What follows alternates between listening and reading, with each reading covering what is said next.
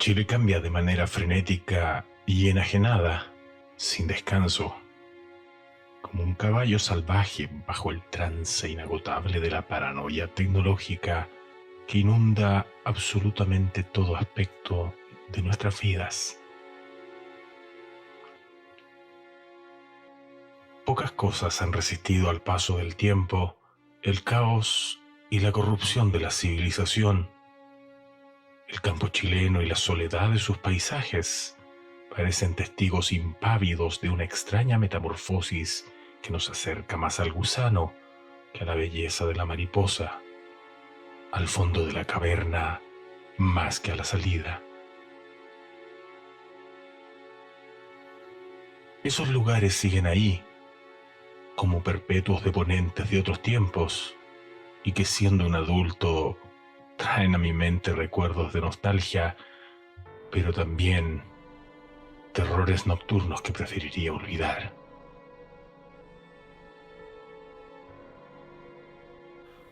Esto ocurrió en los años 60, solo unos días luego del terremoto de Cañete, un terremoto de más de 8 grados, casi tan devastador como el de Valdivia, pero que por alguna razón todos parecen olvidar.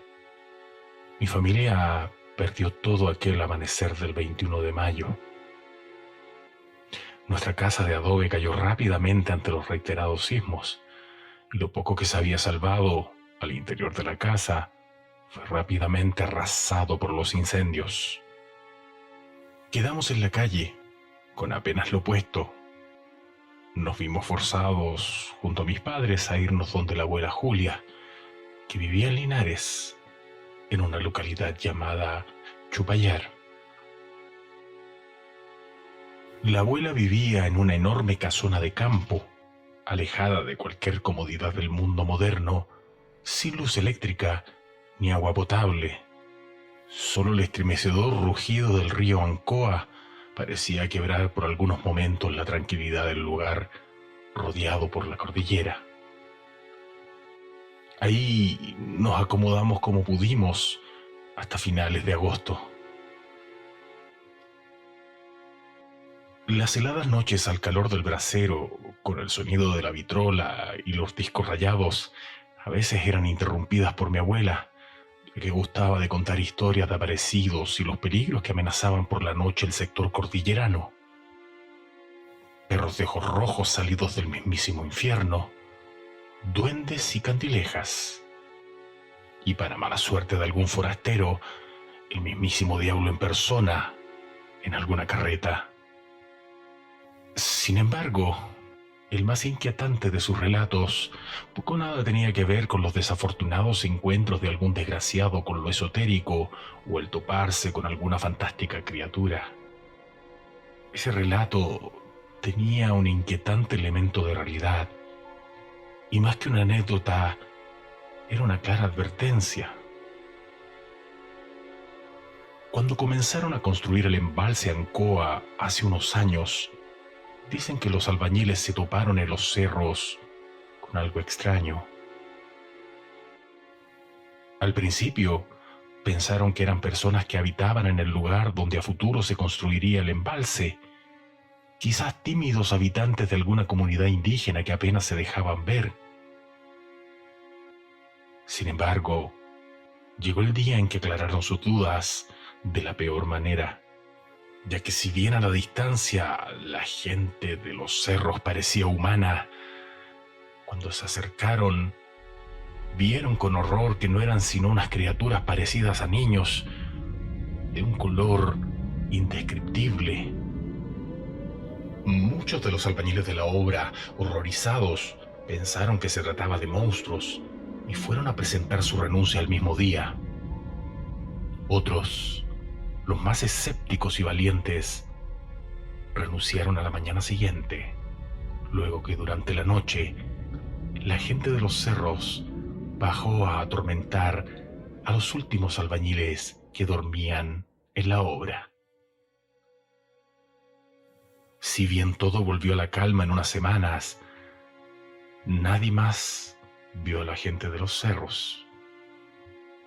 No obstante, mi abuela añadió, aunque cada tanto los vecinos del sector dicen que han visto no solo a las extrañas criaturas, sino que también algunas cosas espantosas que desafían la imaginación.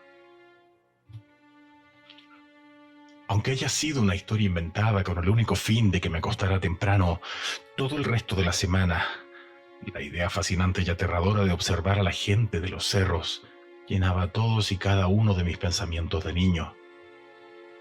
Finalmente, una noche, y a pesar de las advertencias de mi abuela, la curiosidad me hizo mirar tímidamente a través de la cortina del ventanal que daba hacia la entrada del sitio. La oscuridad, absoluta e inquietante, era apenas interrumpida por la luz de una luna que era engullida rápidamente por las nubes nocturnas. Nada había afuera, nada extraño, nada aterrador. Solo la oscuridad y la silueta de la higuera bajo la luna y un silencio apabullante.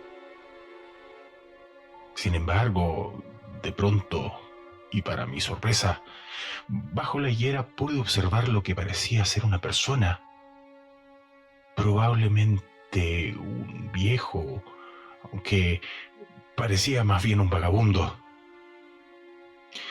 Al principio pensé que era producto de mi imaginación.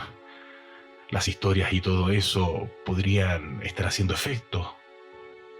O quizás la oscuridad del lugar y la tenue luz de la luna podían generar alguna clase de efecto. Sin embargo, esa persona comenzó a moverse lentamente y se quedó quieto mirando hacia la casa, como si de alguna manera supiera que yo lo estaba observando. Solo al darme cuenta de eso, me aterré tanto que dejé de mirar y volví a la cama para cubrirme con las frazadas, esperando que de alguna manera el invasor se fuera. Luego de unos minutos, la curiosidad me hizo mirar tímidamente por la ventana.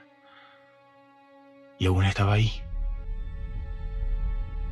Y en el preciso instante en que me asomé, ese anciano, ese vagabundo, comenzó a avanzar lentamente hacia la casa.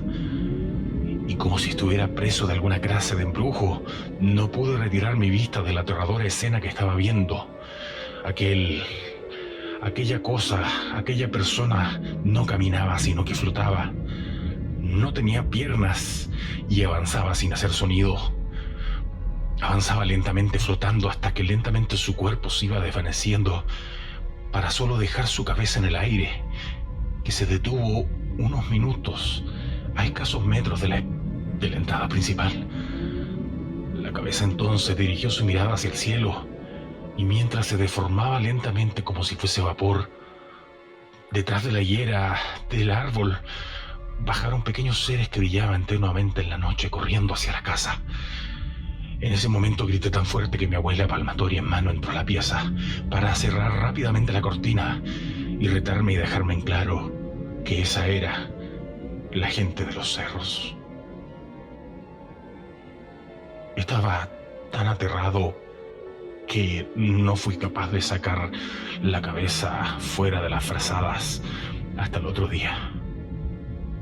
Solo recuerdo los gritos de mis padres, mi abuela rezando y en la oscuridad un sonido aterrador. A finales de agosto volvimos a Cañete. Desde entonces, mi abuela, que en paz descanse, nunca más quiso hablar del tema o lo que pasó aquella noche con la gente de los cerros.